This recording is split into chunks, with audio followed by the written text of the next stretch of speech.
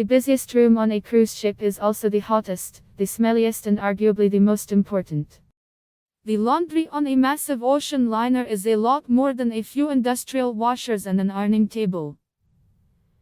Literal mountains of laundry accumulate every single day while at sea, mountains that have to be torn down, separated, cleaned, sanitized, and returned on a non-stop basis.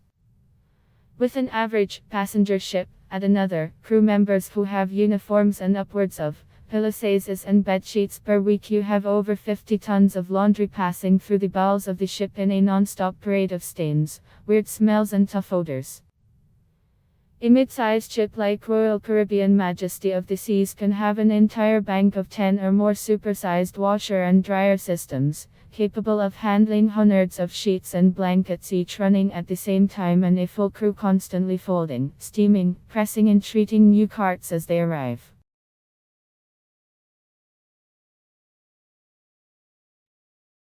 On ships that provide specialized laundry services for guests, another entire shift is responsible for personally cleaning and pressing these items in a separate station. To make matters worse, the crew often don't wash their clothes with the guest laundry, instead operating a set of residential-size washing machines in a crew-designated area on their own time. And you thought your job was tough? If you've been on a cruise, you know dining the highlight of the trip for many passengers, and you may think that this extremely luxurious setting is a chance to relax and unwind, taking your time to savor every bite, but unless you've been on the kitchen staff, you might not know that your entire meal has been planned, arranged, and executed down to the minute. Aboard the Majesty of the Seas, for example, every meal is timed from start to finish to hit a target of 32 minutes with a 2-minute window of variation. With several thousand patrons seated at any one time, the task is monumental but possible because every single thing that happens on a cruise ship is studied, analyzed, and perfected until it runs like clockwork. The amount of hours an average cruise ship crew member works can be somewhat misleading at first glance and will vary wildly depending on the area of the ship they work in. One thing that is pretty much standard is that everyone works a lot more than you think they do. Some estimates put an average month at sea clocking over 300 hours of working time, contrasting with 160 a month for the average office worker. This is partly because laws are different for cruise ships than other companies, and because of the sheer amount of work it takes to keep one running. The turnover rate for employees accustomed to a regular schedule with frequent breaks and time off is too high to be sustainable in an industry that needs thousands of resilient workers at their best on little to sleep at all times. Advanced demographics provide the kitchen staff with a highly accurate breakdown of the dining habits of their guests based on ethnicity, background, age, and gender. This information tells them exactly how much of which foods to make and predicts whether there will be a run on the rack of lamb or the chicken parmesan. Wait staff are then able to manage their tables more efficiently, allowing the maximum capacity in each of their dining rooms over the course of a single evening. If a cruise ship is a city on the sea, then there are very clearly two sides of town. The upper decks, with their glitz, glamour, and creature comforts, and the other side of the tracks.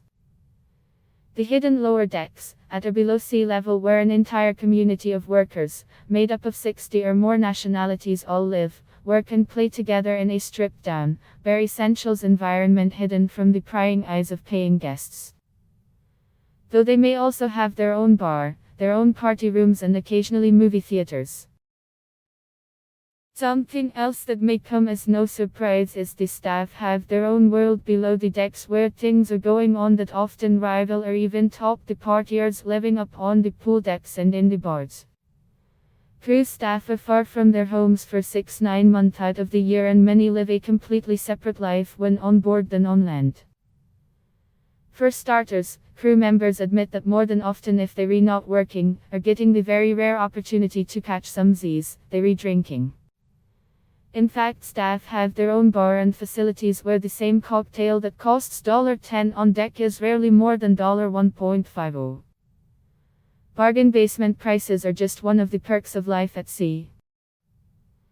Staff have admitted that while it is frowned upon to be seen drunk by passengers as long as you're doing job well, random breathalyzer tests are nothing to fear. And as expected, when a group of sleep-deprived, intoxicated adults are thrown in close quarters for long periods of time, inevitably there is going to be some shenanigans. So much so that the industry has developed a reputation for being one of the most sexually permissive environments on the planet, frequently resulting in confessions that life as a cruise ship worker makes a fraternity look like a weekend at your parents' house. A question that anyone who has spent time on a cruise ship will eventually ask is, where does all the waste go? If you take one lap around the dining room or buffet table at lunch, you'll notice piles of half-eaten food, left behind by vacationers too busy having fun to be bothered with minor details like waste disposal.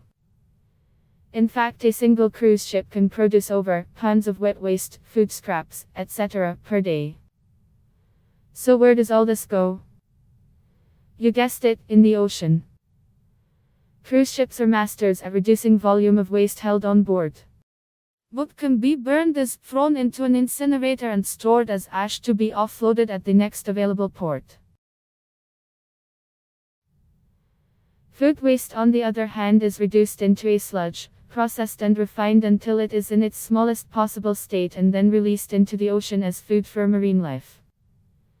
At 7 tons per day, per ship conservatively, that is a lot of food slime attracting whales, sharks, dolphins and anything else with a mouth to feed. Unfortunately, sometimes they also dump sewage and other pollutants, requiring intervention from officials. Oh, and there is a lot of plastic in that food waste. The key to most cruise packages is that they are able to provide a seemingly endless amount of amenities like free drinks, unlimited buffets, Vegas-style floor shows, shore excursions and 5-star treatment at prices that are unbeatable. At first blush, it doesn't look like the math could ever work out in the cruise company's favor, especially when you factor in fuel, paying employees, port fees, taxes and all the money that goes in to keep an entire floating city operational, but there is where the secret lies. Cruises don't make any money off the tickets they sell. Those are designed to break even, to keep everything running. The secret is volume. The costs to run a ship stay the same whether 100 or 8 people are on board, the same crew, the same amount of fuel. So ticket prices can be negotiated to get people on board. That's where the real money is made. For every $1,500 spent by a passenger on a cruise ship, about $500 of that is spent on board after departure. On things like top-shelf alcohol, specialty dining, casinos, spa treatments and upgrades or souvenirs. When you consider that about 30% of a cruise line's income occurs on board and about 19% of all money earned per cruise is actual profit, it is easy to see that without these extra nickel and dime amenities, there is no way the industry could stay afloat. Not to worry, Carnival Cruise Lines reported $6.3 billion in total profit just from onboard amenities in 2019. Not too bad for a day at sea. It is rare, but if a cruise ship does encounter pirates, they be prepared for that. For one, cruise ships are massive with huge engines that can easily outrun smaller pirate vessels. For another, they are heavily protected by national security, but in the event that goes wrong, the entire crew are trained to shuffle passengers to safe locations on board, secure their safety and then unleash their greatest weapon, massive water cannons that can sink or capsize pirate vessels.